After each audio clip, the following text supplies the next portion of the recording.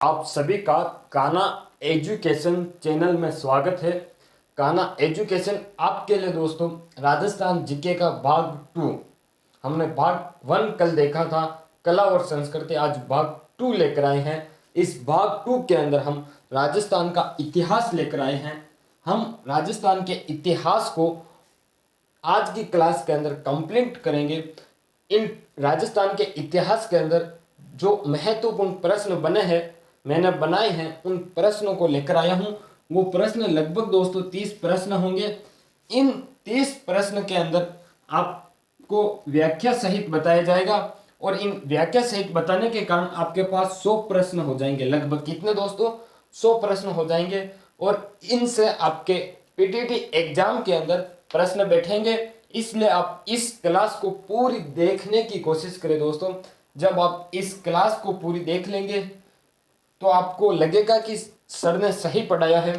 दोस्तों, आपको पूरी क्लास देखने के बाद क्लास समझ में आई हो और पसंद आई हो तो चैनल को सब्सक्राइब जरूर करना दोस्तों। अब हम शुरुआत करते हैं हमारे प्रश्नों को लेकर। आज का हमारा जो पहला प्रश्न है वो प्रश्न है कि श्यामल दास ने गुहिल राजवंशों की कितनी शाखाओं का वर्णन किया है। दोस्तों, श्यामल दास एक विद्वान हुए थे। श्यामल दास ने गुहिल राजवंश की गुहिल राजवंश की जो शाखाएं हुई थी, इन शाखाओं के बारे में 2 मत है 3 विद्वानों के। 3 विद्वानों ने अलग अलग मत दिए हैं। उन मतों को हम देखते हैं। पहला मत देखते हैं हम मुहनोत नैन्सी का। किसका दोस्तों? मुहनोत नैन्सी का। तो ये मुहनोत नैन्सी साहब बताते हैं कि जो गुहिल राजवंश की शाखाएं हैं वो शाखाएं कितनी हुई थी दोस्तों? 24 मुहनोत नैन्सी के अनुसार। फिर आते हैं हमारे colonel James Tod. Colonel James Tod का कहना है कि इनकी शाखाएं हैं गुहिल राजवंश की, वो शाखाएं 24 हैं। और श्यामल दास जी का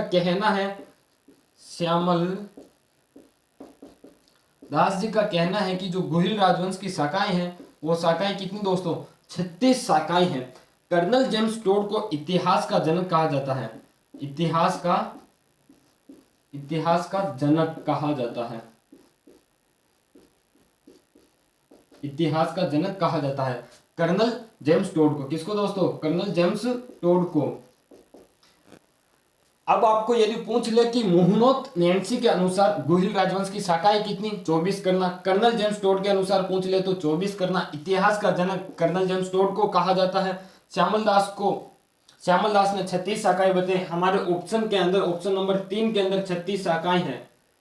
तो हमारा राइट उत्तर कौन सा हुआ दोस्तों? तीसरा, ऑप्शन नंबर 3 के अंदर। हमने यहाँ कितनी बातें? 4 बातें जानी थी दोस्तों इस प्रश्न के माध्यम से। इसी प्रकार हम 30 प्रश्न लेकर आएंगे। 30 प्रश्न के अंदर यदि हम एक प्रश्न के अंदर 4 बातें जानते हैं तो 30 प्रश्न इंटू 4 करोगे तो आप 120 बातें जानोगे। इन 120 के अंदर आपके राजस्थान जीके के अंदर पीटीटी एग्जाम कहीं ना कहीं मिलेगा आपको प्रश्न हमारा दोस्तों। यदि इस क्लास से 1-2 घंटे की क्लास से आपको 5 प्रश्न मिलते हैं, कितने दोस्तों?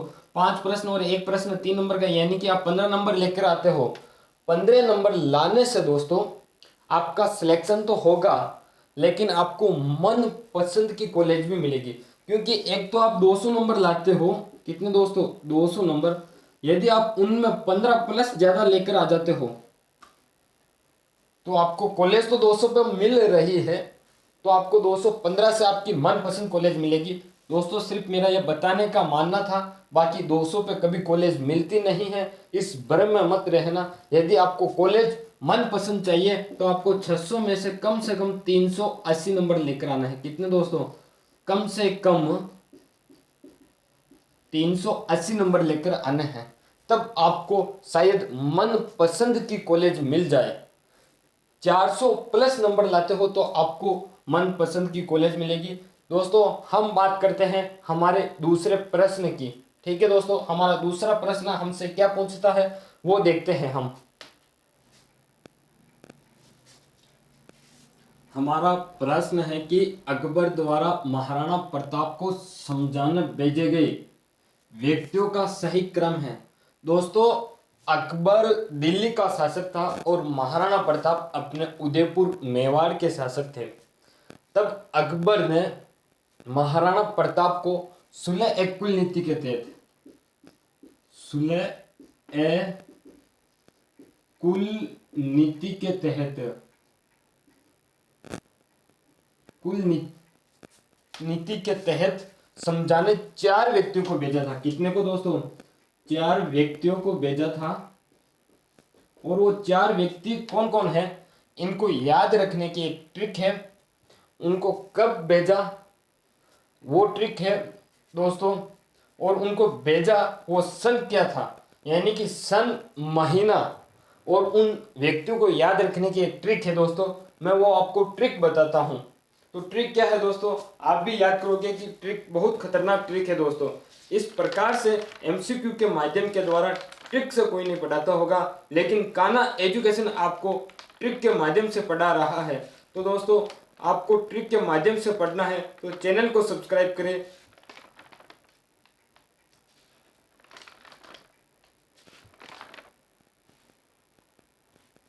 तो दोस्तों हमारी जो ट्रिक है वो ट्रिक है दोस्तों जम्मा बट्टो। क्या है दोस्तों? जम्मा बट्टो, ये तो ट्रिक है। और महीना याद रखने की जो ट्रिक है वो है न्यूजीलैंड से ओडी लाए।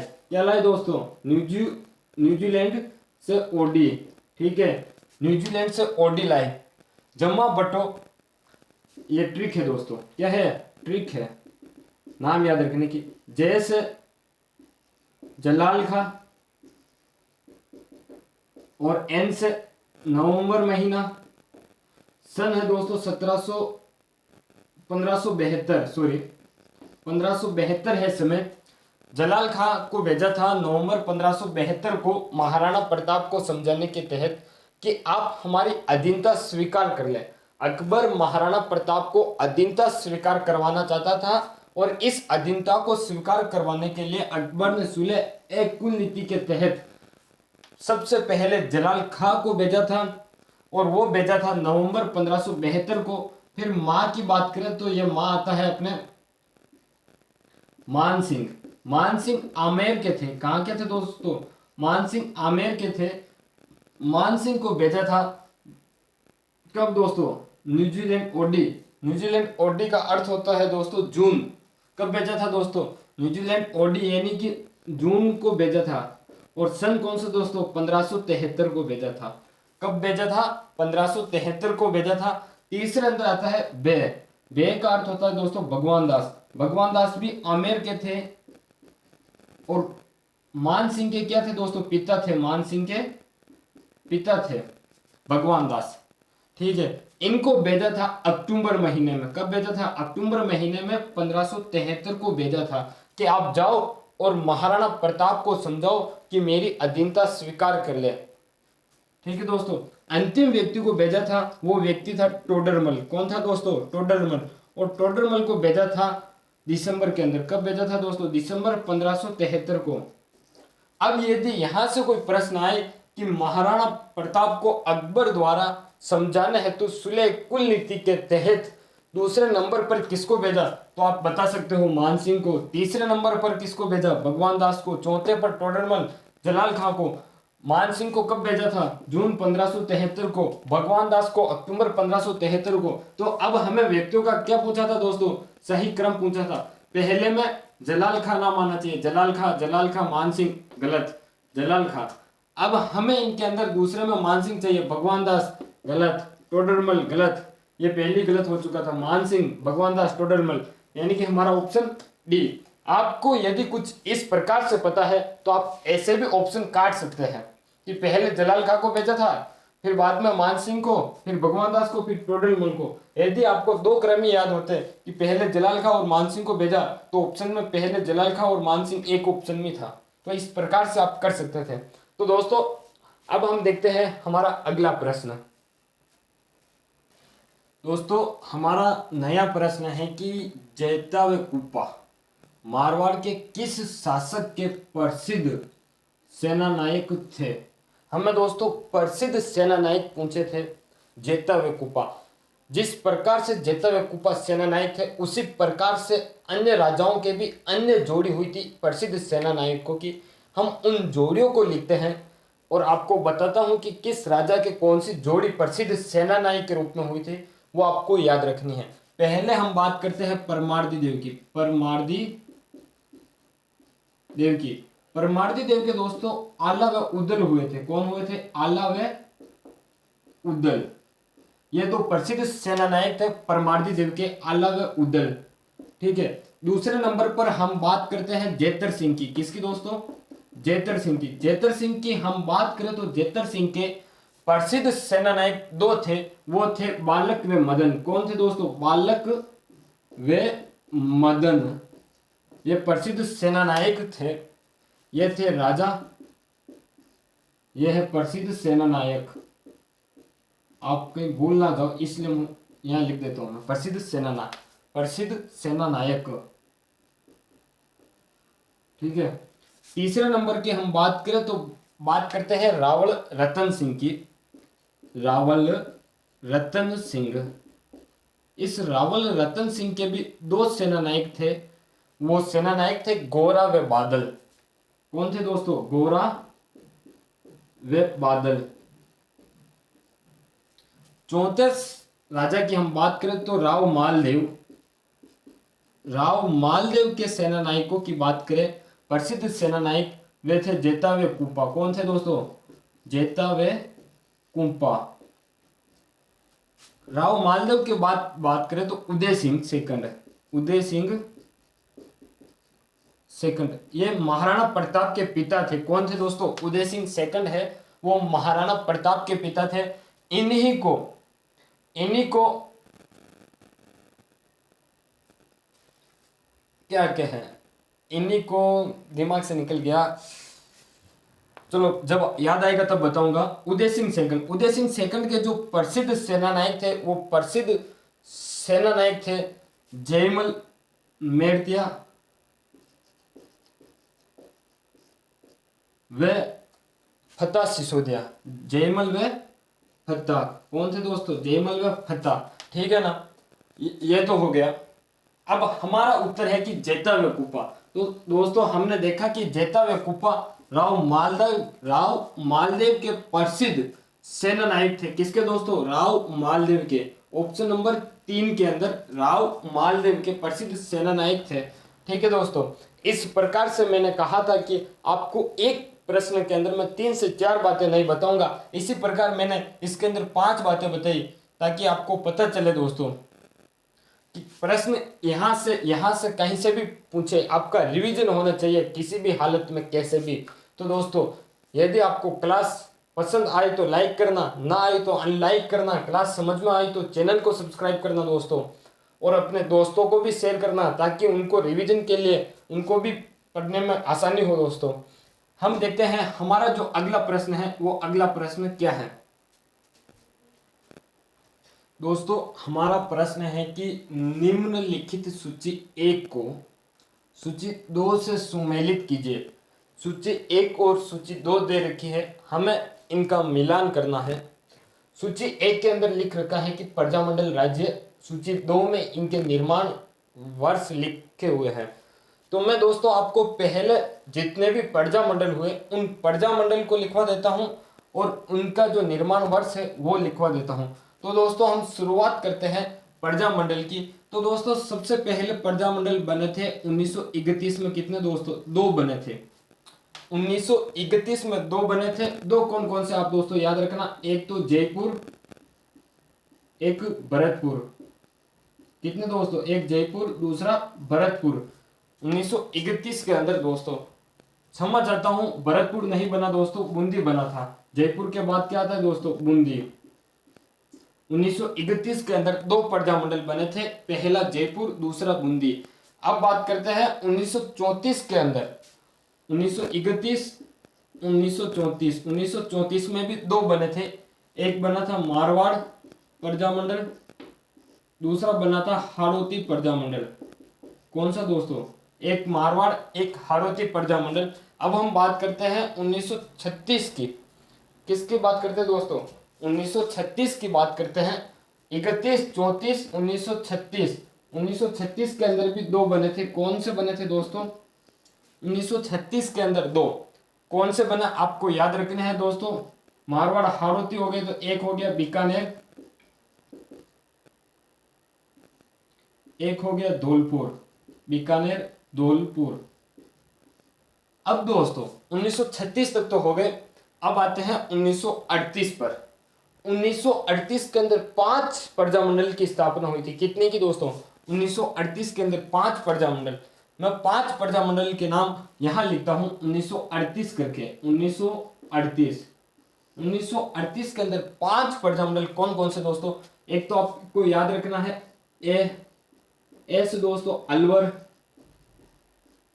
बी से भरतपुर, सी से दोस्तों करौली, अलवर भरतपुर करौली, सही है ना। सी से करौली। 2 और है, उनके नाम आपको बताने हैं कौन कौन से हैं दोस्तों। चलो मैं ही बता देता हूं आपको, लिख देना मेवाड़ और शाहपुरा।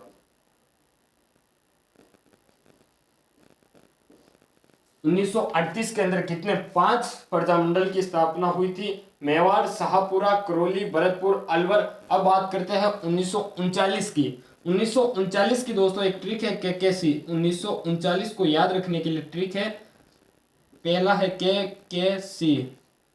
के की बात करते हैं तो यह है कोटा, इस के की बात करते हैं तो यह है किशनगढ़, इस सी की बात करते हैं तो सिरोही। ठीक है दोस्तों, केकेसी। आपको यह ट्रिक याद रखनी है कि 1939 में केकेसी का प्रजामंडल स्थापना का निर्माण हुआ था। कोटा, किशनगढ़, सिरोही, केकेसी हो गया। अब हम बात करते हैं 1939 के बाद आता है 1942। कौन सा दोस्तों? 1942। 1942 के बाद हम 1942 की बात करते हैं तो 1942 के अंदर दोस्तों कुशलगढ़ बना। कुशलगढ़ प्रजामंडल, कुशलगढ़ प्रजामंडल का निर्माण हुआ था।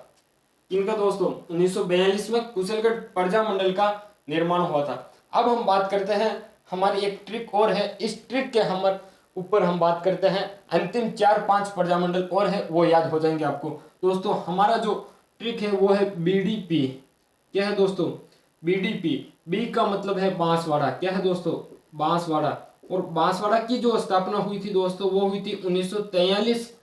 यदि ऑप्शन के अंदर 1943 ना हो तो 1945 करना, और 1945 दे रखा हो ऑप्शन के अंदर और ऑप्शन के अंदर 1943 भी दे रखा है बांसवाड़ा के लिए, तो आपको 1945 ही करना है। ठीक है दोस्तों। बीडीपी, बी का मतलब बांसवाड़ा, डी का मतलब क्या है दोस्तों? डी का मतलब बताइए जल्दी। डूंगरपुर। बिल्कुल सही बताया आपने, डूंगरपुर। यह डूंगरपुर की स्थापना दोस्तों 1944 में। पी का मतलब प्रतापगढ़। प्रतापगढ़ के साथ दोस्तों एक और प्रजामंडल की स्थापना हुई थी, वो प्रजामंडल है जैसलमेर। कौन सा दोस्तों? जैसलमेर। ये हुई थी दोस्तों 1945 में। 1946 में एक प्रजामंडल हुआ था। 1946 में जो प्रजामंडल हुआ था उस प्रजामंडल का नाम है झालावाड़। इस झालावाड़ प्रजामंडल की स्थापना हुई थी 1946 के अंदर। दोस्तों हमने याद कर लिए प्रजामंडल और उनके सन। एक बार फिर बता देता हूं कि 1931 के अंदर 2 प्रजामंडल की स्थापना हुई थी, जयपुर और बूंदी। ठीक है। 31 के बाद कितने? 2 छोड़ो, 32 और 33 को छोड़ो, यानी कि पहले में 2 था तो 2 छोड़ा। 1934 के अंदर मारवाड़ और हाड़ौती। 1936 के अंदर बीकानेर धौलपुर। 36 के बाद हम बात करते हैं 38 की। 38 में 5 है, एबीसी, अलवर, भरतपुर, करौली, मेवाड़ और शाहपुरा। 1939 की ट्रिक है केकेसी। के का अर्थ कोटा, के का अर्थ किशनगढ़, सी का अर्थ सिरोही। 1942 की बात करते हैं तो कुशलगढ़। 1943 के अंदर बांसवाड़ा। अगर 1943 और 45 दोनों ऑप्शन के अंदर हो तो 1945 करना। यदि 1945 मिले और 1943 ना मिले तो 1945 है, और यदि 1945 ना मिलकर 1943 मिले तो 1943 करना है। डी का अर्थ है डूंगरपुर। इसकी स्थापना हुई थी 1944 के अंदर। पी का अर्थ है प्रतापगढ़, जैसलमेर। इनकी स्थापना हुई थी 1945 में। यह है बीडीपी। ठीक है। 1946 के अंदर हुई थी झालावाड़ की स्थापना। अब हम बात करते हैं डूंगरपुर की दोस्तों स्थापना कब हुई थी? 1944 के अंदर, यानी कि ए में चौथा है। बी जयपुर की स्थापना हुई थी दोस्तों 1931 में, बी में पहला है। बीकानेर, बीकानेर की स्थापना दोस्तों कब हुई थी बताइए जल्दी। बीकानेर, बीकानेर की स्थापना दोस्तों 1936 में हुई थी। तो सी में दूसरा है, कौन सा है दोस्तों, सी में दूसरा है। अलवर, अलवर की दोस्तों 1938 में हुई थी, डी में तीसरा।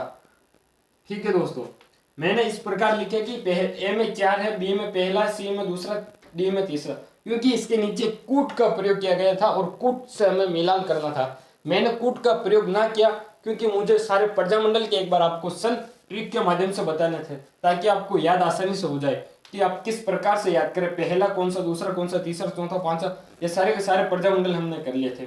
ठीक है दोस्तों, अब हम मिलते हैं अगले प्रश्न के अंदर कि अगला प्रश्न हमारा क्या है, उसके साथ भी इसी प्रकार से चर्चा करेंगे। ठीक है दोस्तों, दोस्तों हमारा प्रश्न है कि निम्नलिखित सूची 1 को सूची 2 से सुमेलित कीजिए।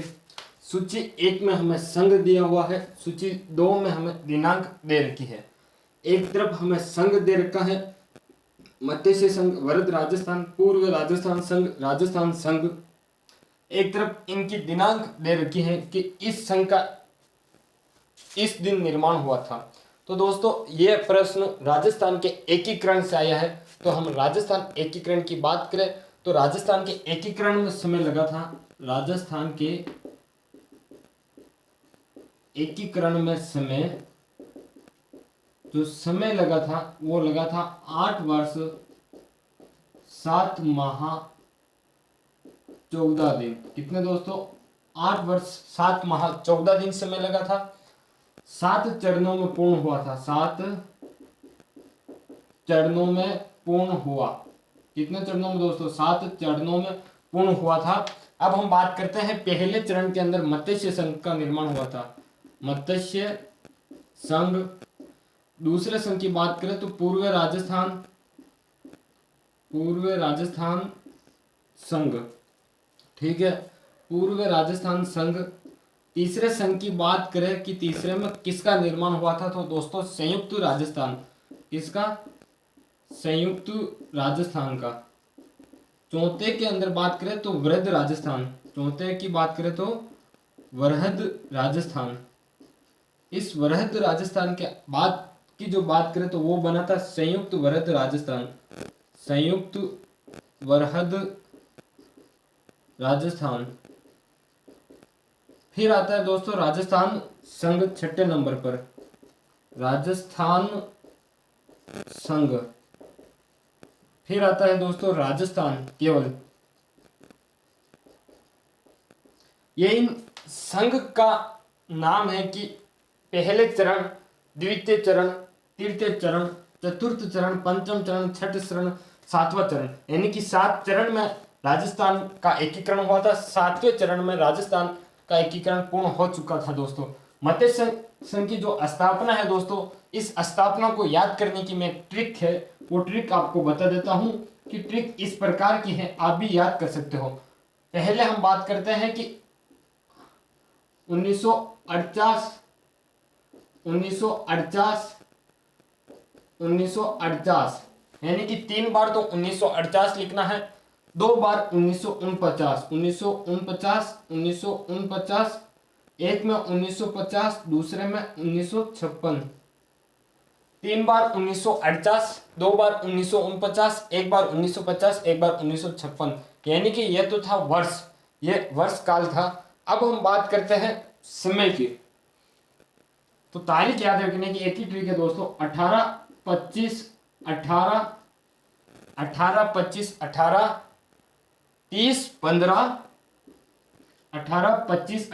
30, 15, 26, 1। ठीक है दोस्तों, 1 नवंबर 1926 को, 1 नवंबर 1956 को राजस्थान संघ का, 1 नवंबर 1956 राजस्थान का एकीकरण पूर्ण हो चुका था। यहां आपको 2 बार मार्च लिखना है, 2 बार मार्च, 1 बार अप्रैल, फिर मार्च के बाद क्या लिखोगे, यहां जनवरी लिखना है। जनवरी हो गया। मार्च, 2 बार मार्च, 1 बार अप्रैल। संयुक्त वृहद राजस्थान में क्या बाकी रह गया, संयुक्त वरद राजस्थान के अंदर आपको लिखनी है दोस्तों, क्या लिखना है वो देख लेता हूं मैं, एक बार सोच लेता हूं। देखना तो क्या है, देखा हुआ ही है। मार्च हो गया, अप्रैल हो गया, एक महीना गायब हो रहा है। 15 आपका एग्जाम मई के अंदर है ना? अरे यार यहाँ पर भी क्या है, मई ही है। एग्जाम मई में है तो संयुक्त वरद राजस्थान का निर्माण भी कब हुआ था? 15 मई 1949 को। ध्यान रखना दोस्तों, 2 बार मार्च, 1 बार अप्रैल, फिर मार्च। अब मार्च के बाद अब मई, फिर जनवरी और नवंबर। ठीक है दोस्तों, ये थे 7 चरण। अब हम इनका मिलान करते हैं। मत्स्य संघ, मत्स्य संघ का दोस्तों मार्च 1948 में हुआ था। ठीक है, और 1948 मत्स्य संघ का निर्माण 18 मार्च 1948 में हुआ था। 18 मार्च 1948। इसके अंदर वरहद राजस्थान दोस्तों, वरहद राजस्थान 30 मार्च 1949। वरहद राजस्थान 30 मार्च 1949। ये लो। पूर्व राजस्थान संघ, पूर्व राजस्थान संघ की बात करें तो 25 मार्च 1948 को। राजस्थान संघ 26 जनवरी 1950 को हुआ था। महीने याद करने की ट्रिक दोस्तों, 2 बार मार्च, 1 बार अप्रैल, फिर मार्च। अप्रैल के बाद मई आता तो एक छोड़ा और मई लिख दो, जनवरी और नवंबर। ठीक है दोस्तों, यह हमारा राजस्थान के एकीकरण का प्रश्न भी कंप्लीट है दोस्तों। अब हम अगले प्रश्न को देखते हैं, वो हमसे क्या पूछ रहा है। हमारा प्रश्न है कि 1857 की क्रांति के विद्रोह के समय राजस्थान में छावनियां थी। दोस्तों 1857 की जब क्रांति हुई थी उस समय राजस्थान में 6 छावनियां थी। कितनी दोस्तों? 6 छावनियां थी। 6 छावनियां थी। ठीक है दोस्तों, हमारा ऑप्शन के अनुसार सी सही है। कितनी छावनियां थी दोस्तों? 6 छावनियां थी। इन छावनियों की बात करें तो हम पहली छावनी थी दोस्तों नसीराबाद में। कहाँ? नसीराबाद में।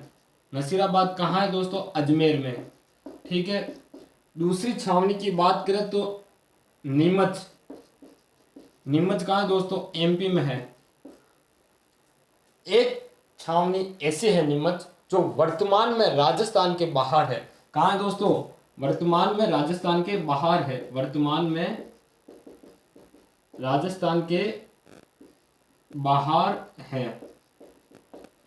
ठीक है, अभी नीमच का है दोस्तों, वर्तमान में एमपी में है। लेकिन जब हमारा राजस्थान का एकीकरण नहीं हुआ था उस समय नीमच एमपी में नहीं था, राजस्थान के अंदर था। ठीक है दोस्तों, नीमच अभी वर्तमान में कहाँ है? एमपी में। तीसरी छावनी की बात करें तो एरिनपुरा। कौन सी दोस्तों? एरिनपुरा। एरिनपुरा कहाँ है दोस्तों? पाली में।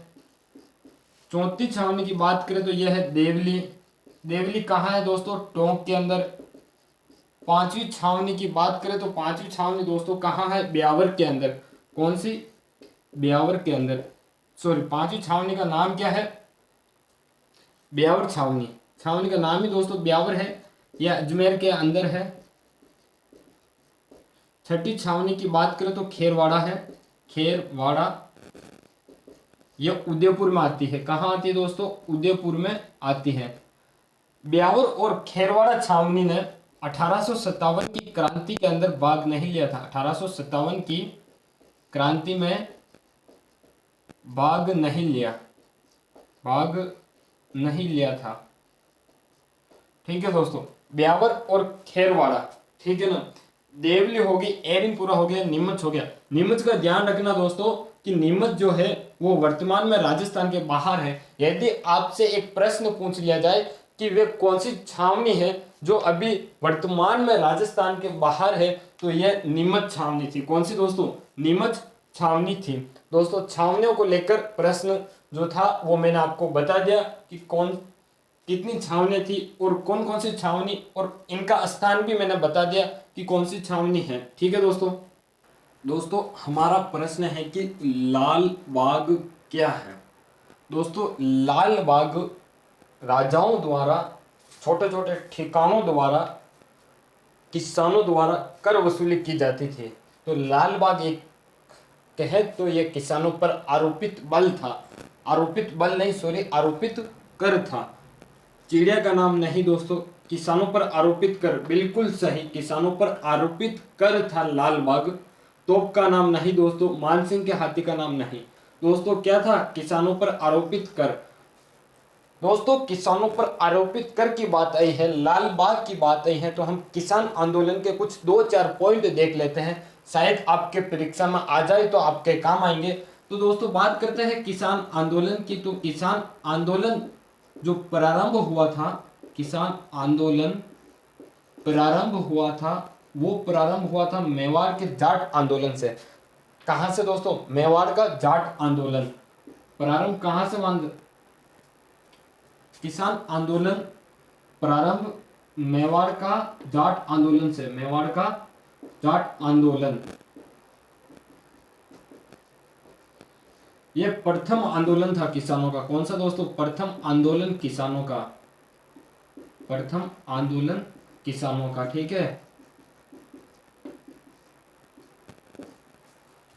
प्रथम किसान आंदोलन की बात करें तो मेवाड़ का जाट आंदोलन था। अब हम बात करते हैं एक बिजोलिया का किसान आंदोलन, बिजोलिया किसान आंदोलन, बिजोलिया, बिजोलिया किसान आंदोलन। दोस्तों यह आंदोलन जो चला था 44 वर्षों तक। कितना दोस्तों? 44 वर्षों तक यह आंदोलन चला था और इसका जो समय है 1897 से लेकर 1941 तक, 1897 से लेकर 1941 तक, लगभग 44 वर्ष तक। कितना दोस्तों? लगभग 44 वर्ष तक। ठीक है, इसके अंदर हम बात करें तो बिजोलिया किसान आंदोलन के अंदर किसानों से 84 प्रकार के लाल बाग लिए जाते थे। किसानों से 84 प्रकार के लाल बाग कर लिए जाते थे, 84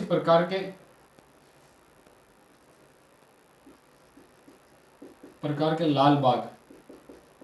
ठीक है दोस्तों, कितने बिजोलिया किसान आंदोलन हुआ था, इस समय किसानों से 84 प्रकार के लाल बाग वसूली की जाती थी, लाल बागों की। ठीक है, और हम इसके अंदर बात करें तो किसानों के अंदर एक बिजोलिया किसान आंदोलन के अंदर एक राजा हुए थे, कृष्णदास। कौन दोस्तों? कृष्णदास राजा हुए थे। कृष्णदास ने चौरी कर लगाया था दोस्तों, कृष्णदास ने चौरी कर 1903 में प्रारंभ किया था, 1903 में प्रारंभ कृष्णदास ने चौरी कर 1903 में प्रारंभ किया था। और जो पृथ्वी सिंह हुए थे, पृथ्वी सिंह ने 1906 में तलवार बंदी कर प्रारंभ किया था। एक पृथ्वी सिंह हुए थे, इन पृथ्वी सिंह ने तलवार बंदी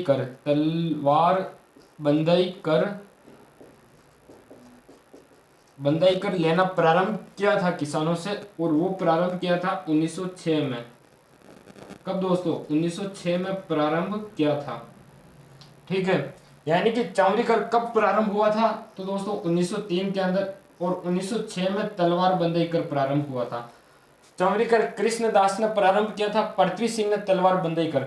ये दोनों कौन थे दोस्तों? बिजोलिया के राव थे, बिजोलिया के राव थे ये। ठीक है दोस्तों, एक किसान आंदोलन की और बात करता हूं, वो किसान आंदोलन है बेगू किसान आंदोलन, बेगू किसान आंदोलन। इस आंदोलन के अंदर किसानों से, यह आंदोलन करने का कारण था कि यहां से किसानों से 54 प्रकार के, सॉरी, किसानों के द्वारा 53 प्रकार के कर लिए जाते थे, 53 प्रकार के कर।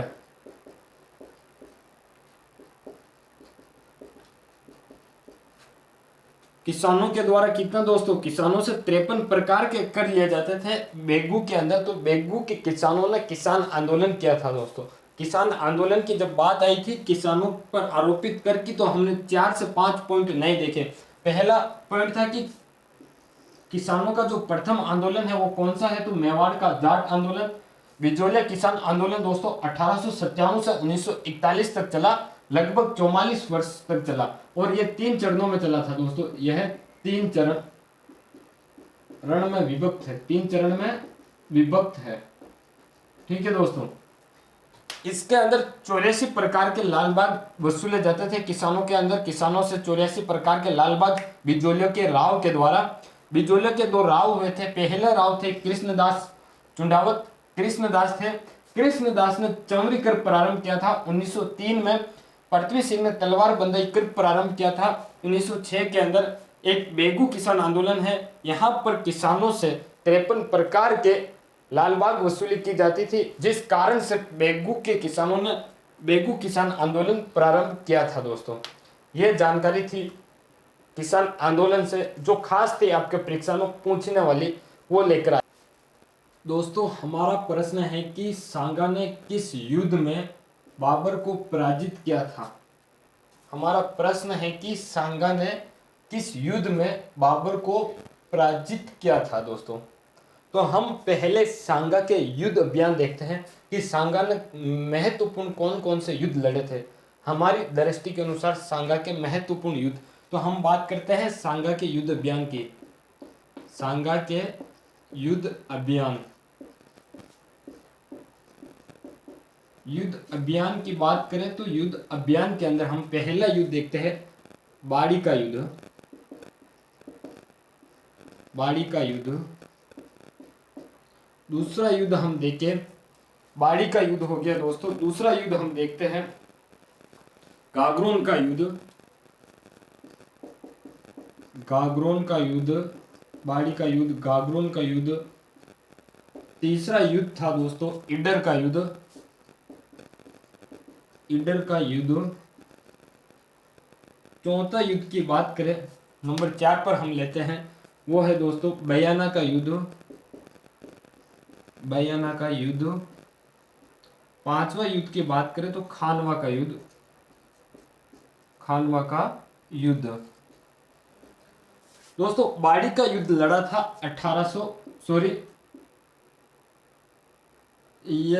1518 में।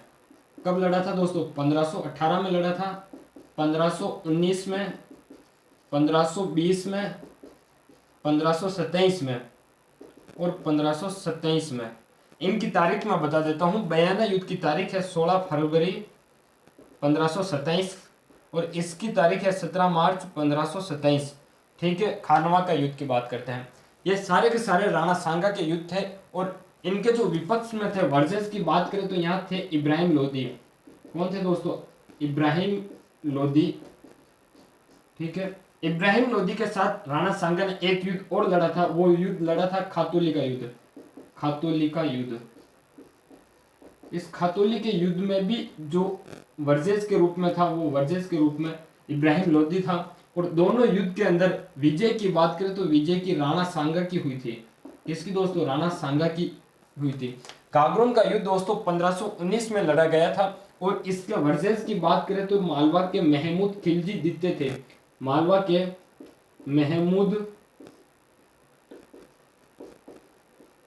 महमूद खिलजी द्वितीय थे। ठीक है दोस्तों, अब हम बात करते हैं ईडर का युद्ध। दोस्तों ईडर का युद्ध 1520 के अंदर लड़ा गया था और इसके वर्सेस की बात करें, एक तरफ तो थे राणा सांगा, दूसरी तरफ थे विपक्ष में, वो थे दोस्तों अपने गुजरात के मुजफ्फर शाह। गुजरात के मुजफ्फर शाह।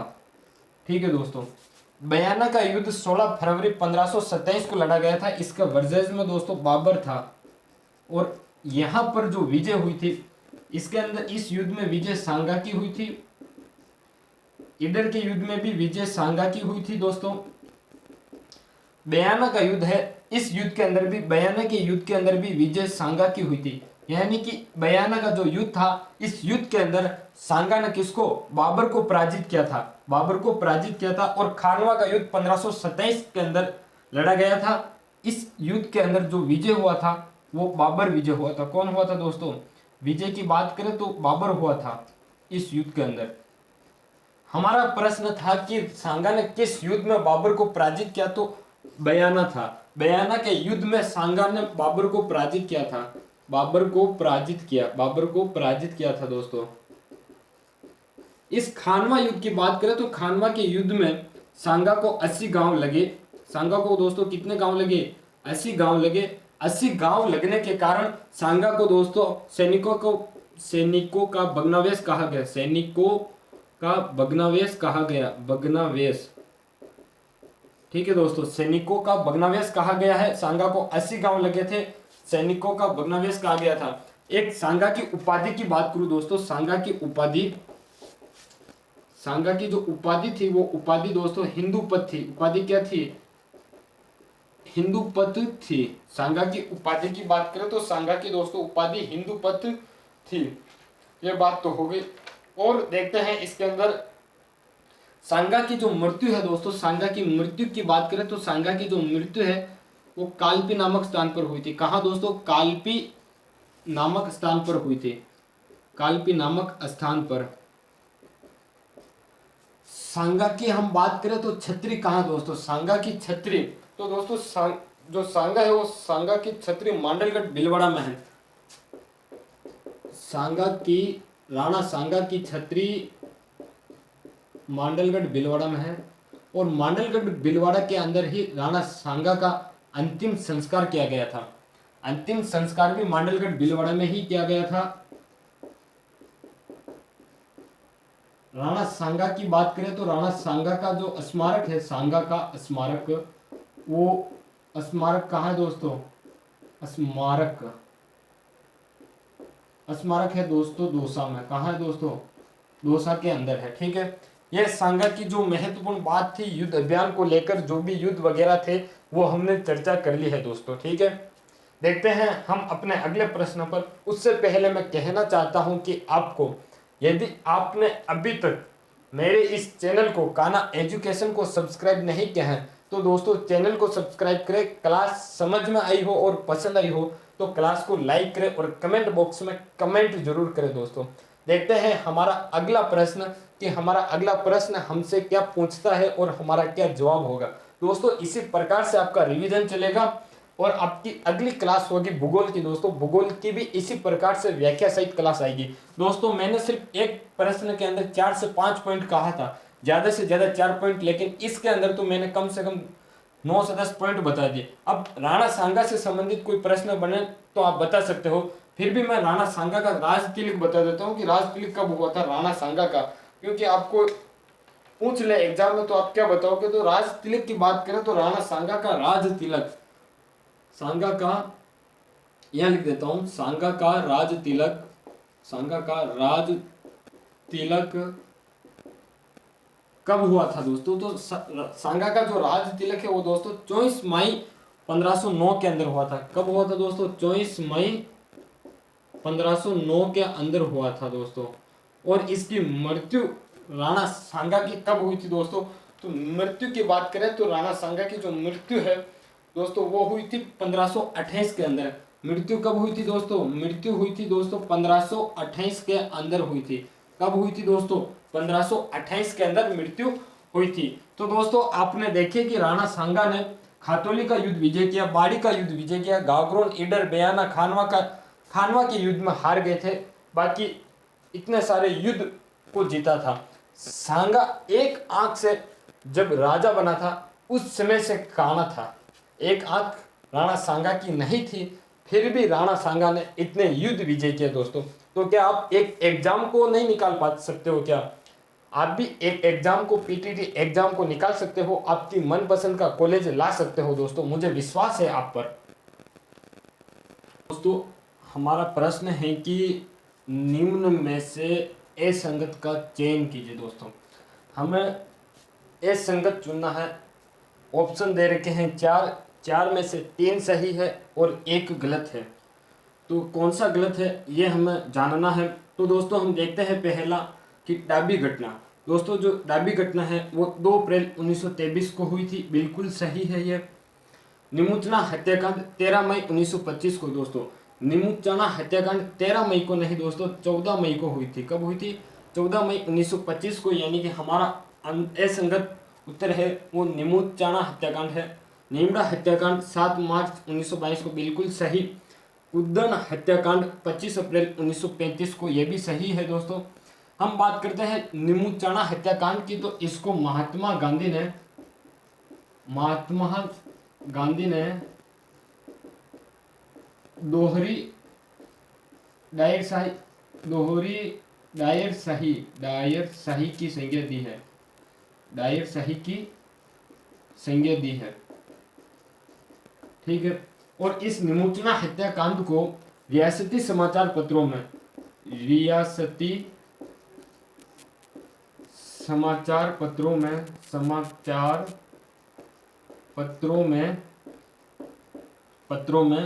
इसकी तुलना जलियांवाला बाग हत्याकांड से की गई है। जलियांवाला बाग हत्याकांड से की गई है। ठीक है दोस्तों, मुझे सिर्फ आपको दोहरी डाइऑक्साइड की संज्ञा दी ये बताना था, क्योंकि ये प्रश्न मेरिट वाला प्रश्न है कि महात्मा गांधी ने दोहरी डाइऑक्साइड की संज्ञा किस हत्याकांड को दी, तो निमोचना हत्याकांड को दी थी। निमोचना हत्याकांड 14 मई 1925 को हुआ था। कब हुआ था दोस्तों? 14 मई 1925 को हुआ था। ठीक है, यह हमारा प्रश्न हुआ कंप्लीट। अब हम देखते हैं हमारा अगला प्रश्न क्या है। दोस्तों, हमारा प्रश्न है कि एके आंदोलन का नेतृत्व किसने किया था? जो एके आंदोलन है उसका नेतृत्व दोस्तों, इस एके आंदोलन को बोमट आंदोलन भी कहते हैं। एकी आंदोलन को क्या कहते हैं दोस्तों? बोमट आंदोलन भी कहते हैं। बोमट आंदोलन। इस बोमट आंदोलन का जो नेतृत्व है वो नेतृत्व मोतीलाल तेजावत ने किया था। मोतीलाल तेजावत ने नेतृत्व, ठीक है ना, इस नेतृत्व किसने किया था दोस्तों? मोतीलाल तेजावत ने। इस मोतीलाल तेजावत के उपनाम की बात करें तो इनका जो उपनाम है वो उपनाम क्या है? एक तो इनको बाबूजी कहा जाता है। क्या कहा जाता है दोस्तों? एक तो इनको बाबूजी कहा जाता है और एक इनको आदिवासियों का मसीहा कहा जाता है। क्या कहा जाता है? एक तो इनको बाबूजी, दूसरा उपनाम है आदिवासियों का मसीहा कहा जाता है। आदिवासियों का मसीहा। इनका जन्म दोस्तों कोलियारी गांव में हुआ था। कोलियारी गांव उदयपुर में हुआ था। इनका जन्म कहाँ हुआ था दोस्तों? कोलियारी गांव उदयपुर के अंदर हुआ था।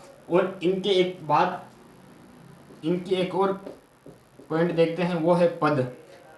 इनका जो पद था दोस्तों वो पद था कामदार का। किसका दोस्तों? कामदार का पद था इनका। कौन सा पद? कामदार का। एकी आंदोलन या बोमट आंदोलन की बात की थी हमने। इसका नेतृत्व मोतीलाल तेजावत ने किया था। उपनाम मोतीलाल तेजावत का बाबूजी या आदिवासियों का मसीहा। जन्म है कोलियारी गांव उदयपुर में। पद है कामदार। यानी हमारा जो सही आंसर है वो आंसर है बी, मोतीलाल तेजावत। ठीक है दोस्तों, बी मोतीलाल तेजावत। ये हमने देखा था और चर्चा की थी इस प्रश्न के माध्यम से। तो दोस्तों यहाँ से आपको नेतृत्व पूछ ले, मोतीलाल तेजावत के उपनाम पूछ ले, इनका जन्म पूछ ले, इनका जो पद था वो पद यदि पूछ ले तो आप ये पद बता सकते हो। पृथ्वीराज विजय कृति का लेखक कौन है? कृति को दोस्तों रचना कहते हैं। रचना का लेखक कौन है? पृथ्वीराज विजय कृति रचना का लेखक कौन है? तो दोस्तों पृथ्वीराज विजय लिखने वाला जो कृति है लेखक है वो लेखक है जयानक। कौन है दोस्तों? जयानक है। ऑप्शन नंबर 3 पर जयानक है इसका सही उत्तर, जयानक है। अब हम अन्य ऑप्शन की चर्चा करते हैं। अन्य ऑप्शन के जो विद्वान हैं इन्होंने कौन सी रचनाएं की? तो चंद्र बरदई ने जो रचनाएं की दोस्तों, पृथ्वीराज रासों की रचना की थी।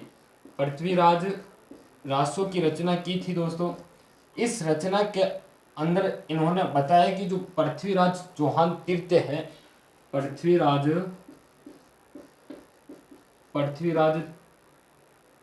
चौहान जो तृतीय है, इन तृतीय ने जो गजनी था, गजनवी, उसकी इन्होंने जो मृत्यु की थी उसके बारे में बताया था। पृथ्वीराज चौहान के बारे में बताता है कौन दोस्तों? पृथ्वीराज रासों के अंदर चंद्र बरदई। ठीक है। नरपति नाले ने दोस्तों किसकी रचना की? बीसल देव रासो की रचना की थी इन्होंने। किसकी दोस्तों? बीसल देव रासो की रचना की थी। किसकी दोस्तों? बीसल देव रासो की रचना की थी।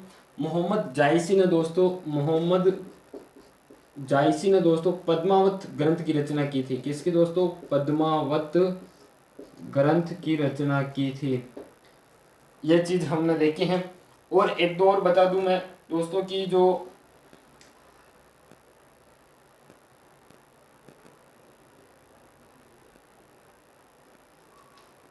किसने और ग्रंथ के बारे में बात करें तो जोधराज जी थे एक। कौन थे दोस्तों? जोधराज जी। ये जोधराज जी साहब लिखते हैं कि किसकी रचना की? जोधराज जी की। तो मैं बता दूं जोधराज जो थे इसकी रचना करने वाले दोस्तों हमीर रासो की रचना की थी इसने। किसकी दोस्तों? जोधराज जी ने हमीर रासो की रचना की थी। हमीर रासो की रचना की थी इन्होंने। हमीर रासो की रचना की थी दोस्तों जोधराज ने। और बात करें तो एक पद्मावत नाम आता है, सॉरी पद्मावत नहीं, पद्मनाथ नाम आता है, जिन्होंने कानड़ देव प्रबंध की रचना की थी। पद्मनाथ। कौन दोस्तों? पद्मनाथ आता है। इन्होंने जो रचना की थी वो कानड़ देव प्रबंध की रचना की थी। किसकी दोस्तों? कानड़ देव प्रबंध की रचना की थी। तो हमने ये चर्चा की है इस प्रश्न के अंदर। अगला प्रश्न हम देखते हैं कि उसके अंदर किस प्रकार का प्रश्न हमसे पूछा गया है दोस्तों। साथियों हमारा प्रश्न है कि राजस्थान के एकीकरण का श्रेय जाता है, राजस्थान का एकीकरण का श्रेय किसको जाता है? तो दोस्तों हम राजस्थान के एकीकरण की बात करें तो राजस्थान का एकीकरण 1 नवंबर 1956 को पूर्ण हुआ था। राजस्थान के एकीकरण के लिए एक रियासती विभाग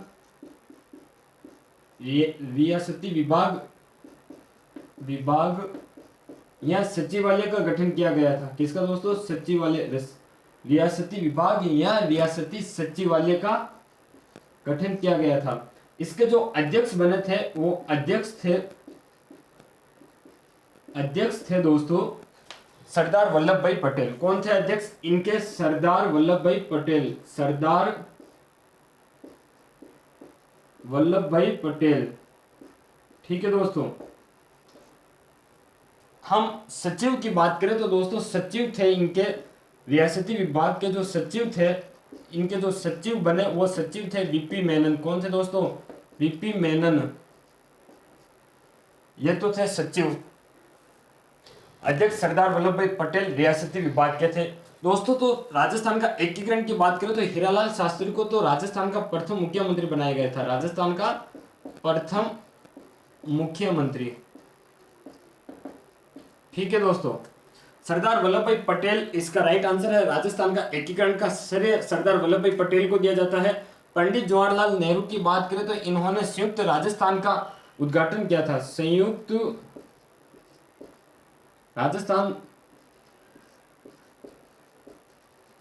राजस्थान का उद्घाटन किया था। उद्घाटन हमने राजस्थान के एकीकरण पढ़े थे, उसके अंदर 7 चरण पढ़े थे। जो तीसरा चरण था, तीसरा चरण का नाम था दोस्तों संयुक्त राजस्थान। तीसरा चरण का क्या नाम था दोस्तों? संयुक्त राजस्थान। संयुक्त राजस्थान का जो उद्घाटन है वो उद्घाटन पंडित जवाहरलाल नेहरू ने किया था। ठीक है दोस्तों। बात करता है लॉर्ड माउंटबेटन की। किसकी दोस्तों? Lord Mountbatten. लॉर्ड माउंटबेटन जो दोस्तों भारत की स्वतंत्रता के समय वायसराय थे। भारत की स्वतंत्रता के समय वाइसराय था। कौन था दोस्तों? वाइसराय था। भारत की स्वतंत्रता के समय जो भारत का वाइसराय था वो कौन था? लॉर्ड माउंटबेटन था। ठीक है दोस्तों। यह हमारा हुआ प्रश्न कंप्लीट एकीकरण से संबंधित। जो रियासती विभाग या सचिवालय के अध्यक्ष पूछ ले तो सरदार वल्लभ भाई पटेल को करना है। सचिव पूछ ले तो वीपी मेनन को करना है दोस्तों। सचिव पूछ ले तो किसको करना है दोस्तों? वीपी मेनन को करना है दोस्तों। अब हम देखते हैं हमारा अगला प्रश्न क्या है। मैं आपको फिर कहता हूं पीटीटी एग्जाम के अंदर इनसे प्रश्न बाहर जाने की संभावना नहीं है, क्योंकि मैं सिंपल और कठिन सिंपल सभी कर सकते हैं, कठिन जो मेरिट बेस के प्रश्न हैं वो लेकर आ रहा हूं आपके लिए। ठीक है दोस्तों, हम देखते हैं अगला प्रश्न हमारा। दोस्तों हमारा प्रश्न है कि क्रांतिकारी रचना चेतावनी रा चुंगटिया के रचनाकार हैं। दोस्तों इस चेतावनी रा चुंगटिया के रचनाकार कौन है, यह हमें पूछा गया है। और ये क्रांतिकारी एक रचना थी, इसके जो रचनाकार है, रचयिता है, वो है केसरी सिंह बारठ। कौन है दोस्तों, केसरी सिंह बारठ है। हम बात करते हैं कन्हैयालाल सेठिया की। कन्हैयालाल सेठिया ने एक रचना लिखी थी, उस रचना का नाम है दोस्तों, क्या नाम है दोस्तों, कन्हैयालाल सेठिया की एक रचना है पाथल और पीथल। कौन सी रचना है दोस्तों, पाथल और पीथल रचना है। क्या रचना दोस्तों, पाथल और पीथल एक रचना है। ठीक है दोस्तों, कौन सी रचना है, पाथल और पीथल रचना है कन्हैयालाल सेठिया की। हमारा प्रश्न की सीरीज चल रही थी, एमसीक्यू के रूप में हमने व्याख्या सहित हल करने की कोशिश की थी। तो हम बात करते हैं कि राजपूताना के किस राज्य ने सर्वप्रथम अकबर की अधीनता स्वीकार की थी। राजपूताना के किस राज्य ने सर्वप्रथम अकबर की अधीनता स्वीकार की थी दोस्तों। तो अकबर की अधीनता स्वीकार करने वाले की बात करें तो अकबर की अधीनता सबसे पहले स्वीकार करने वाला जो राजा था वो राजा बारमल था। बारमल ने 15 जनवरी, बारमल था दोस्तों आमेर का राजा बारमल था। कौन था दोस्तों, बारमल, अकबर की अधीनता स्वीकार करने वाला। आमेर का राजा बारमल था और इसने 20 जनवरी 1560 में अधीनता स्वीकार की थी। कब की थी दोस्तों, 1560 के अंदर इसने अधीनता स्वीकार की थी। 20 जनवरी 1560 को अधीनता स्वीकार की। इस अधीनता स्वीकार करने के बाद इन्होंने अपनी पुत्री का विवाह, बारमल ने अपनी पुत्री का विवाह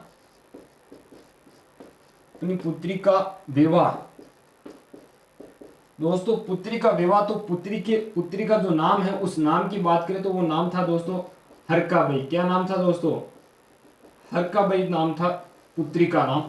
हरकाबाई का विवाह अकबर के साथ किया था। कब किया था दोस्तों, अकबर के साथ, किसके साथ, अकबर के साथ किया था। यानी कि बात करें तो मुगलों से विवाहित संबंध बनाने वाला राजपूता का जो राज्य था वो आमेर था। एक पॉइंट हो गया। 2 पॉइंट, आमेर मुगलों के साथ विवाहित संबंध स्थापित करने वाला, विवाहित संबंध स्थापित करने वाला पहला राज्य है। विवाहित संबंध स्थापित करने वाला पहला राज्य है,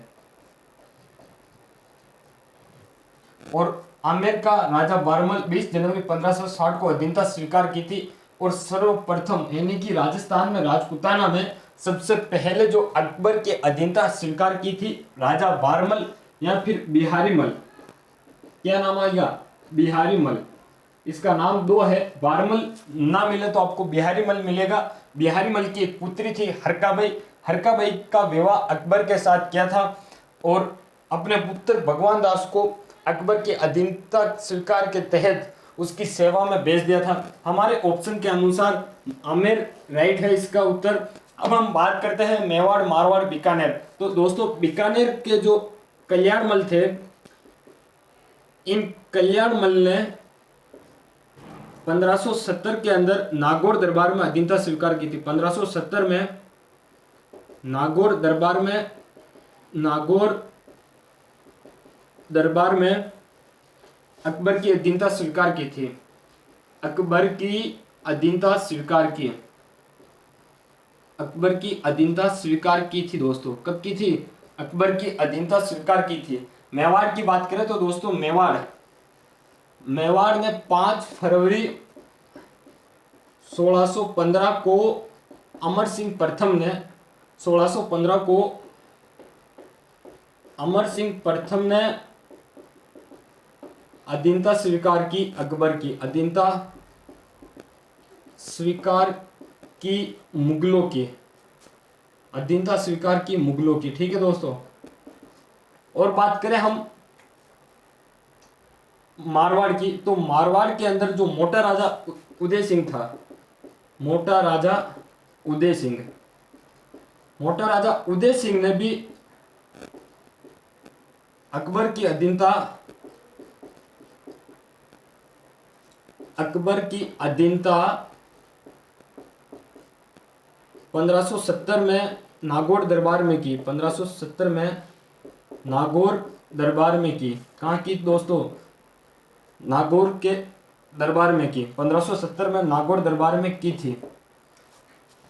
इस प्रश्न के तहत हमने जिन जिन राजाओं ने जैसे जैसे अधीनता स्वीकार की थी, कहाँ की थी, कैसे की थी, वो देखा था हमने दोस्तों। ठीक है। अब हम अगले प्रश्न को लेकर देखते हैं कि अगले प्रश्न के अंदर हमें क्या पूछा गया है। साथियों, हमारा प्रश्न है कि मालदेव और शेरशाह के मध्य युद्ध किस स्थान पर लड़ा गया, किस स्थान पर लड़ा गया? तो दोस्तों, मालदेव और शेरशाह के मध्य जो युद्ध हुआ था उसे गिरी सुमेल का युद्ध कहते हैं। कौन सा युद्ध कहते हैं दोस्तों? गिरी सुमेल का युद्ध कहते हैं। और ये गिरी सुमेल का युद्ध 5 जनवरी 1544 को हुआ था। कब हुआ था दोस्तों? 5 जनवरी 1544 के अंदर गिरी सुमेल का युद्ध हुआ था। इस गिरी सुमेल की बात करें तो गिरी के अंदर तो मालदेव की सेना रुकी थी, मालदेव की सेना रुकी, और सुमेल नामक स्थान पर शेरशाह सूरी की सेना रुकी थी। और इस युद्ध के अंदर जो विजय हुआ था वो विजय हुआ था दोस्तों शेरशाह सूरी। कौन हुआ था? शेरशाह सूरी विजय हुआ था गिरी सुमेल। तो मालदेव और शेरशाह के मध्य युद्ध सुमेल नामक स्थान पर हुआ था। ऑप्शन नंबर 3 सही है। अब हम मालदेव की कुछ चर्चा कर लेते हैं। किसकी दोस्तों? मालदेव की। तो मालदेव को क्या कहा जाता है? तो मालदेव को बात करें तो मालदेव को मारवाड़ का पितृहंता कहा जाता है, मारवाड़ का प्रथम पितृहंता कहा जाता है, प्रथम पितृहंता कहा जाता है। ठीक है। मालदेव को 52 युद्धों का विजेता कहा जाता है। मालदेव को 52 युद्धों का विजेता कहा जाता है, 52 युद्धों का विजेता कहा जाता है। ठीक है।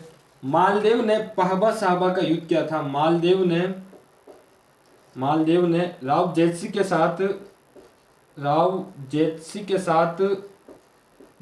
साथ पहबा साहबा का युद्ध किया था, पहबा साहबा का युद्ध किया था, का युद्ध। ठीक है दोस्तों। इसके अंदर जो विजय हुई थी मालदेव की विजय हुई थी। और मालदेव ने राणा उदय सिंह को हरमाड़ा के युद्ध में हराया था। उदय सिंह को हरमाड़ा के युद्ध में हराया था, युद्ध में हराया। दोस्तों, जो महत्वपूर्ण बातें थी मालदेव के संबंध में वो चर्चा कर रहे हैं। मेरा व्याख्या करने का एक ही कारण है कि सिर्फ प्रश्न को ना देखना। 15 प्रश्न के अंदर 100 प्रश्न का काम हो जाए तो 15 प्रश्न ही देखना, 100 प्रश्न नहीं देखना। क्योंकि 100 प्रश्न देखो, बात यही कि प्रश्न पढ़ा, राइट लगाया, खत्म। प्रश्न लिखा, राइट लगाया, बताया कि इसका उत्तर यह है। मैं यदि यह बताता चलूं कि मालदेव और शेरशाह के मध्य युद्ध किस स्थान पर हुआ, सुमेल, प्रश्न खत्म कर दिया। अगला प्रश्न लिखा, वापस उत्तर बताया, प्रश्न खत्म। मैं ऐसा पढ़ाई नहीं करता हूं। मैं सिर्फ पढ़ाई की तो इस प्रकार से की कि प्रश्न लिखा था, ये ऑप्शन लिखे। यदि ऑप्शन की चर्चा करनी होती तो ऑप्शन की चर्चा करता था। मैं नोट्स के अंदर नोट्स बनाता हूं तो ऐसे बनाता हूं, मैं पढ़ता हूं तो ऐसे पढ़ता था, और इसी प्रकार से तैयारी की थी मैंने दोस्तों। तब जाकर आज यहाँ तक पहुंच पाया हूँ और मैं चर्चा करता हूँ तो ये टॉपिक है, तो इन टॉपिक के ऊपर यानी एक प्रश्न है तो एक प्रश्न से जितने भी जो भी मैटर याद आए ना उतना सारा लिख दो अंदर, जितना याद आए उतना लिखना फायदा है। और याद करने का एक ही तरीका यह है, बाकी आप प्रश्न को पढ़ो और उत्तर देखो, इससे कोई फर्क नहीं पड़ता, आप चाहे जितना देख लो, फर्क उससे पड़ता है दोस्तों कि आपने जो प्रश्न देखा उसका मैटर आपको कितना लिखा। मैंने इतनी बातें लिखी यानी कि एक प्रश्न के अंदर मैं 10 प्रश्न बना सकता हूं तो आप शिक्षक बन सकते हो। क्या बन सकते हो दोस्तों? आप शिक्षक बन सकते हो। यदि शिक्षक बनने का आप में धैर्य है तो आपको यह लिखना ही पड़ेगा। क्या लिखना पड़ेगा दोस्तों? यह लिखना ही पड़ेगा। मैं और एक पॉइंट और बता देता हूं कि जो फारसी इतिहासकार हुए थे, फारसी इतिहासकार ने मालदेव को हसमत वाला राजा कहा है। क्या कहा दोस्तों? हसमत वाला राजा कहा। ठीक है दोस्तों, एक और बता देता हूं कि जो चारण विद्वान हुए थे, चारण विद्वान ने हिंदू बादशाह की उपाधि दी थी। मालदेव को हिंदू बादशाह की उपाधि दी थी चारण विद्वान ने। किसने दोस्तों? चारण विद्वान ने मालदेव को हिंदू बादशाह की उपाधि दी। हिंदू बादशाह।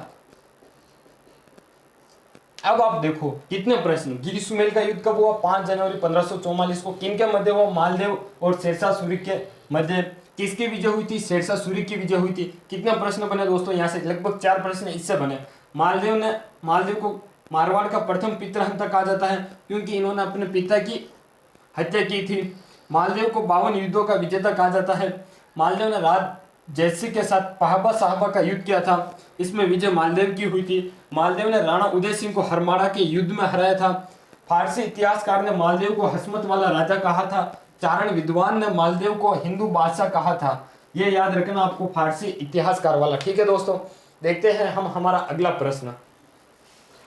दोस्तों हमारा प्रश्न है कि बुक्कम का प्राचीनतम, जो बुक्कम है उस बुक्कम का प्राचीनतम साक्ष्य किस सभ्यता स्थल से प्राप्त हुआ है? दोस्तों ये टॉपिक है सभ्यता स्थल से, यानी कि जो प्राचीनतम साक्ष्य मिले हैं, प्राचीनतम साक्ष्य सभ्यता, उन सभ्यताओं से प्रश्न है हमारा। हमें पूछा गया है कि भूकंप का जो प्राचीनतम साक्ष्य है वो कहाँ से मिला? तो दोस्तों ये प्राचीनतम साक्ष्य हमें कालीबंगा से मिला। कहाँ से मिला दोस्तों? कालीबंगा से मिला है। हम बात करते हैं आहड़ की, तो आहड़ उदयपुर में है। कहाँ है दोस्तों? आहड़ उदयपुर में है। ठीक है दोस्तों, बैराट की बात करें तो बैराट जयपुर के अंदर है। और हम अब कालीबंगा के कुछ बिंदु को लेकर चर्चा करें तो कालीबंगा के बारे में कहा जाता है कि यहाँ से 7 अग्नि वेदिकाएं मिली। 7 अग्नि वेदिकाएं मिली। कौन सी मिली दोस्तों? 7 अग्नि वेदिकाएं मिली थी। दूसरी बात कहा जाता है कि यहाँ से शल्य चिकित्सा का प्रमाण मिला। कौन सा मिला दोस्तों? शल्य चिकित्सा का प्रमाण मिला।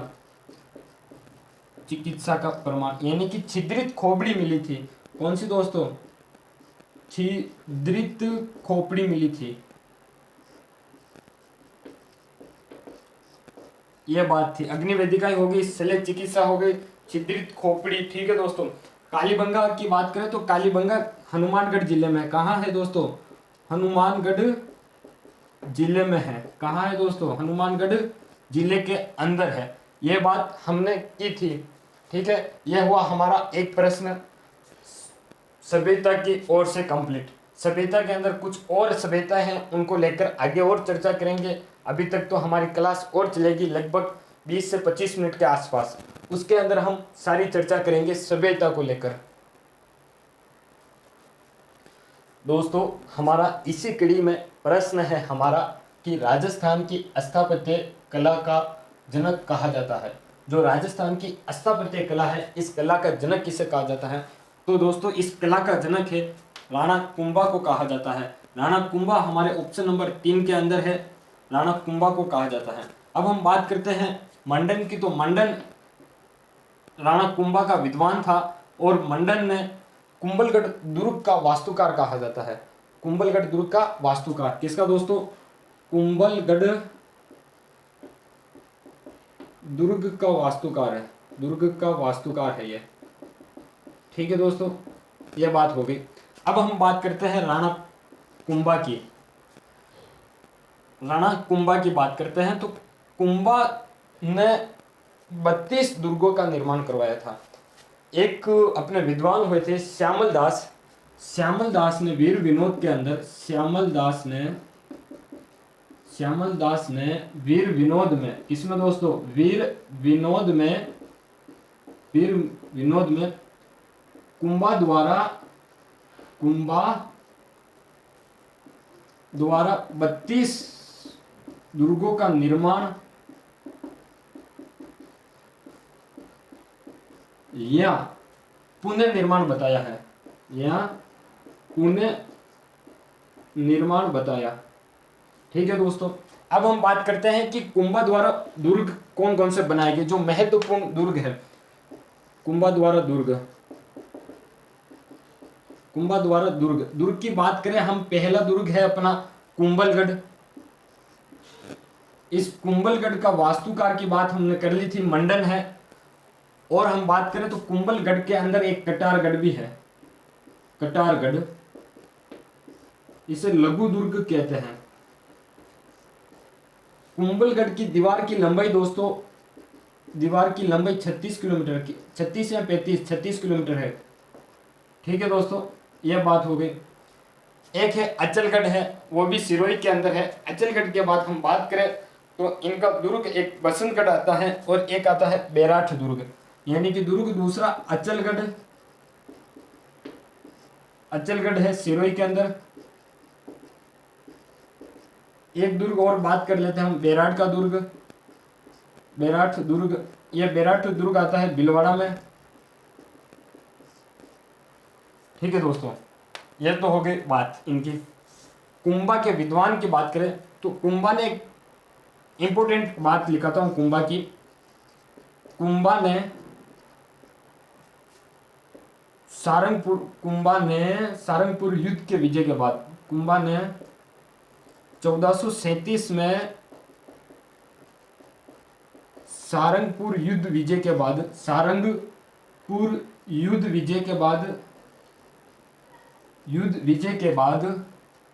बाद चित्तौड़ में दोस्तों क्या किया था, चित्तौड़ में कीर्ति स्तंभ या विजय स्तंभ का निर्माण किया था। कीर्ति स्तंभ या विजय स्तंभ बनवाया।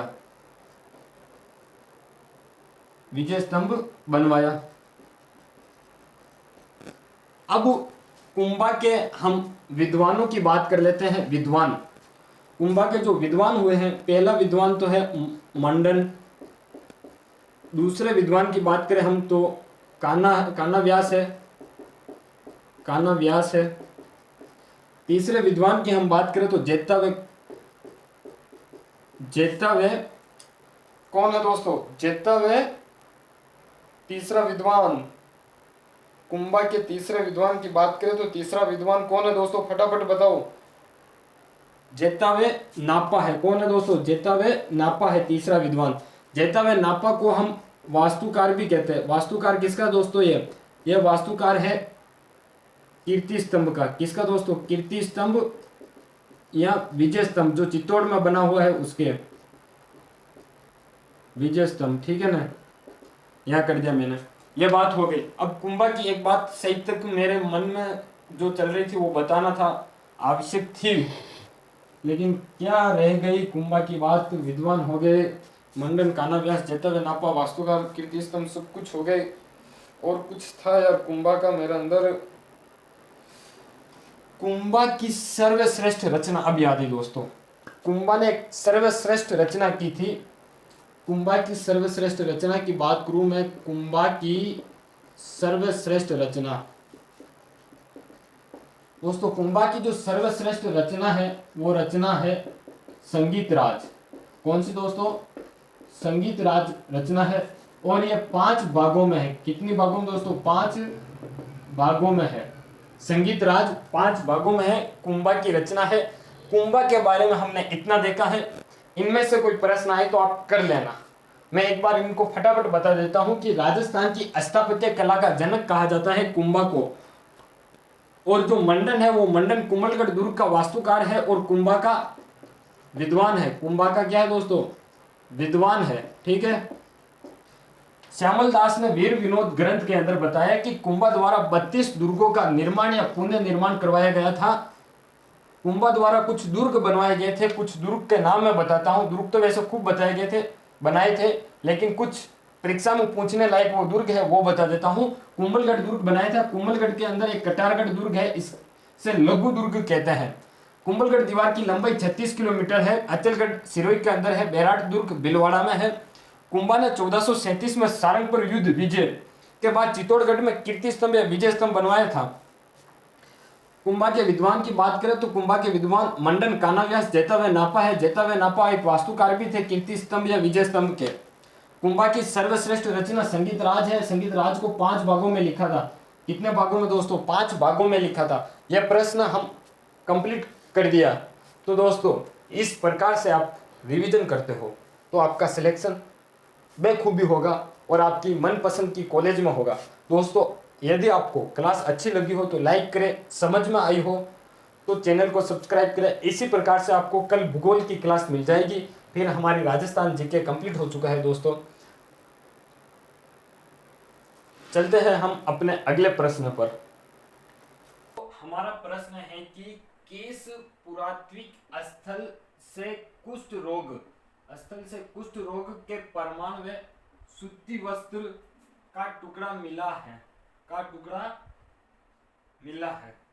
तो कुष्ठ रोग के प्रमाण में सूती वस्त्र का जो टुकड़ा मिला है वो कहां से मिला है, हमें यह बताना है।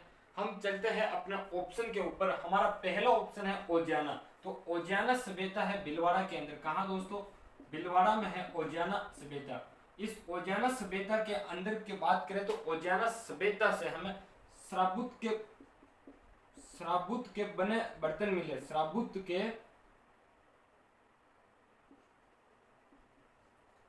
के बने बर्तन मिले। ठीक है दोस्तों। बालाथल है दोस्तों उदयपुर में। कहाँ है दोस्तों? उदयपुर के अंदर है बालाथल। और हमारा जो राइट आंसर है दूसरा बालाथल है। बालाथल सभ्यता है जिसमें कुष्ठ रोग के प्रमाण में सूती वस्त्र का टुकड़ा मिला है। बालाथल उदयपुर में है। बालाथल से और भी प्रमाण मिले हैं। वो प्रमाण मिले हैं एक तो शिकार के, एक तो किसके मिले दोस्तों? शिकार के, पशुपालन के। तीसरा प्रमाण मिला है कृषि का। किसका दोस्तों? कृषि का प्रमाण मिला है। अब हम बात करते हैं गिलुंड सभ्यता राजसमंद के अंदर है। कहाँ है दोस्तों? राजसमंद के अंदर है। आहड़ है दोस्तों उदयपुर में है। और इसका जो उपनाम है, इसके उपनाम की बात करें तो इसको ताम्रवती कहते हैं, बनास की संस्कृति कहते हैं। बनास की संस्कृति। आहड़ की हम बात करें तो हमें आहड़ से एक अनाज रखने का बर्तन मिला है, उसको मृद बांड कहते हैं। अनाज रखने का जो बर्तन है, अनाज रखने का मृद बांड गोरे व कोठे नाम का मिला है। गोरे व कोठे नाम का अनाज रखने का एक बर्तन है। अनाज रखने का बर्तन मिला, उस बर्तन को हम मृद बांड कहते हैं। क्या कहते हैं दोस्तों? मृद बांड कहते हैं। उस मृद बांड का नाम है गोरे व कोठे। गोरे व कोठे नाम का बर्तन है। ठीक है दोस्तों, ये बात है और ये हो चुकी है। और हमारा टॉपिक कंप्लीट होने का आया है इतिहास का। इसके अंदर हमारे मात्र एक प्रश्न और करेंगे, इसके बाद हम अपनी क्लास को आज विराम दे देंगे। दोस्तों आज का अंतिम प्रश्न हम लेकर चलेंगे, उसके बारे में मैं थोड़ा हिंट दे दूं। हिंट ये है कि वो प्रश्न महाराणा प्रताप के संबंध में होगा, क्योंकि हमने अभी तक महाराणा प्रताप के संबंध में चर्चा सिर्फ एक प्रश्न में की थी। वो चर्चा यह थी कि अकबर ने महाराणा प्रताप को समझाने हेतु सुलह-ए-कुल नीति के तहत किसको भेजा था, उसका सही क्रम हमने देखा था। अब हम कुछ महाराणा प्रताप के संबंध में बात करेंगे। जिस प्रकार से हमने राणा कुंभा, राणा सांगा के बारे में चर्चा की थी, जिस प्रकार से राव मालदेव के बारे में चर्चा की थी,